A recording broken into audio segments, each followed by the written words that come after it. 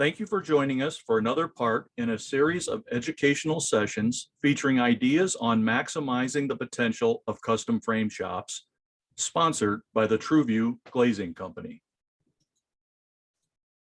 I'm Ken Baur, president of KB Consulting, a company dedicated to helping small businesses maximize profits.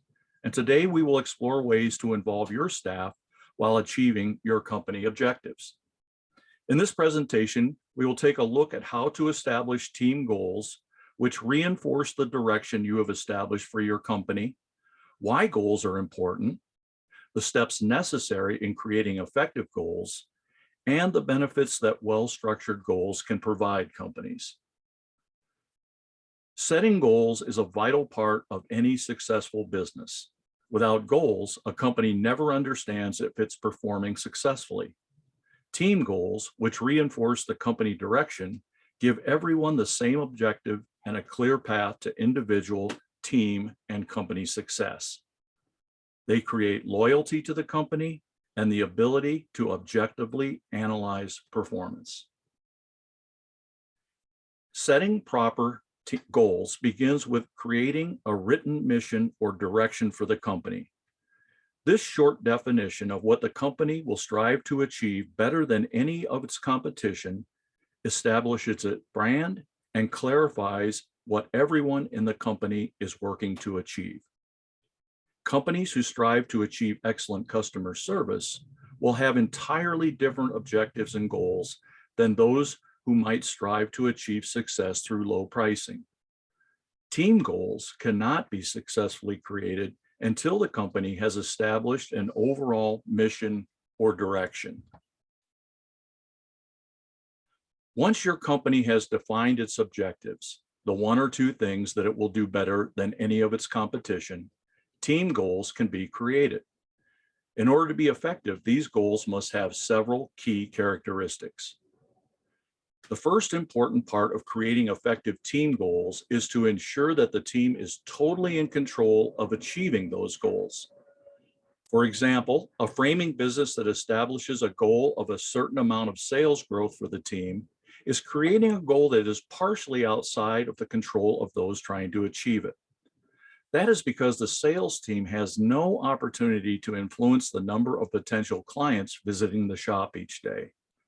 If the shop is unsuccessful in attracting new clients, the goal of a sales gain may not be reached no matter how well the sales team performs. Therefore, it's essential that goals for salespeople be tied to the aspects of a sale which are completely within their control. Examples could include the ability to close a certain percentage of sales opportunities, or their ability to grow their average sale by improving their design ability or selling more premium products. There is a clear correlation between the goal of closing a high percentage of sales and achieving a sales gain. The customer experience can also be enhanced by improved design abilities and the introduction of premium products into sales. Companies who sell a high percentage of a product like museum glass are going to provide their clients with a more attractive product and also achieve improved profits. Creating these types of goals gives your team control over their performance while building customer satisfaction. In addition to giving your team complete control in achieving their goals, team goals must be challenging while attainable. Setting effective goals should have the outcome of benefiting the company, but they must not be so aggressive that the team members stop trying to achieve them. Initial goals can be established by calculating what outcome is required to have a significant benefit to the company, and then determining if it is attainable.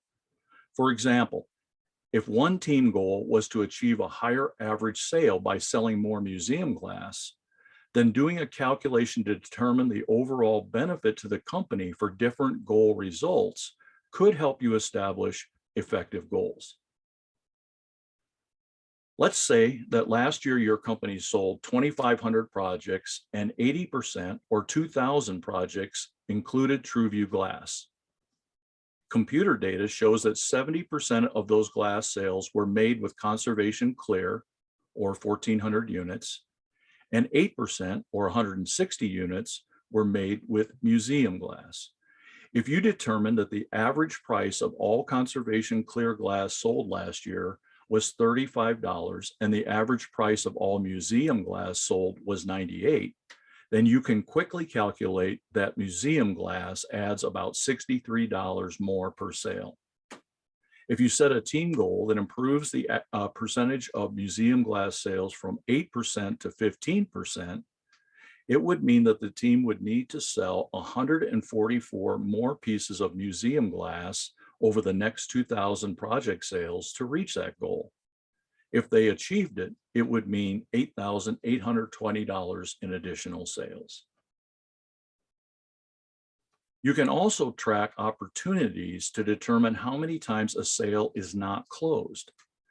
If you conduct a test period of 90 days and that test period sales show that the team is completing 82% of all opportunities, while 18% of customers leave without a sale being made, you can determine that it took 3,049 opportunities to reach last year's 2,500 sales. Now you can set a goal to improve this percentage. If you would set the goal just 8% higher at a 90% closure rate, sales would grow by 244 projects. And if your average sale is $225, it would mean that achieving this goal would improve sales by $54,900 per year. Making these new goals attainable includes more than choosing an achievable number. Building a successful team means equipping them with the right training and tools to be successful. In our example, you might coach your sales team on how to present a museum glass upgrade to clients using the TrueView point of sale display demonstrating the advantage of the crystal clear museum glass over the features of conservation clear and letting the client make the choice on which one they prefer. In addition, closing sales is not a skill that everyone possesses. Teaching your team how to ask for the sale at the appropriate time is vital to improving closure ability. As you can see from our examples, the benefit of learning these skills can have a dramatic effect on company growth. The next essential element in creating effective team goals is to make sure they are measured and scored each and every day. People want consistent feedback on their performance, and scorekeeping goals daily allows your team to quickly know if today was a good one or performance needs to be improved tomorrow. Allow the team members to score themselves daily and post their results where everyone can see how they performed individually and as a team. Doing this keeps the goals in the forefront of everyone's mind and improves focus on what is really important.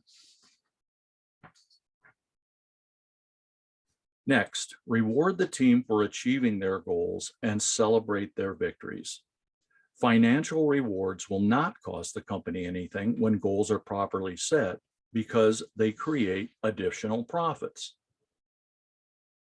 In our earlier example of the impact of improving sales on museum glass and closure rates, we saw that achieving these goals had a combined effect on sales growth of more than $63,000.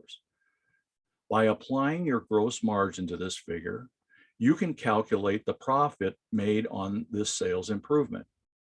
If this company had a gross margin of 70%, then it would improve over $44,000 in profits by reaching its goals. This would allow for some great incentives for the successful team and clearly would build enthusiasm for more success. Once goals have been established and your program is working, allow the team to set future goal numbers. This is important because it builds ownership in results and a team culture that will support each other in achieving better results. Goals should be set at the beginning of the year and based on the performance of the success of the last year. Finally, goal results should be used to create objective and factual annual reviews. Too often, performance reviews are created on the subjective opinions of management and therefore fail to establish a clear path for improved performance.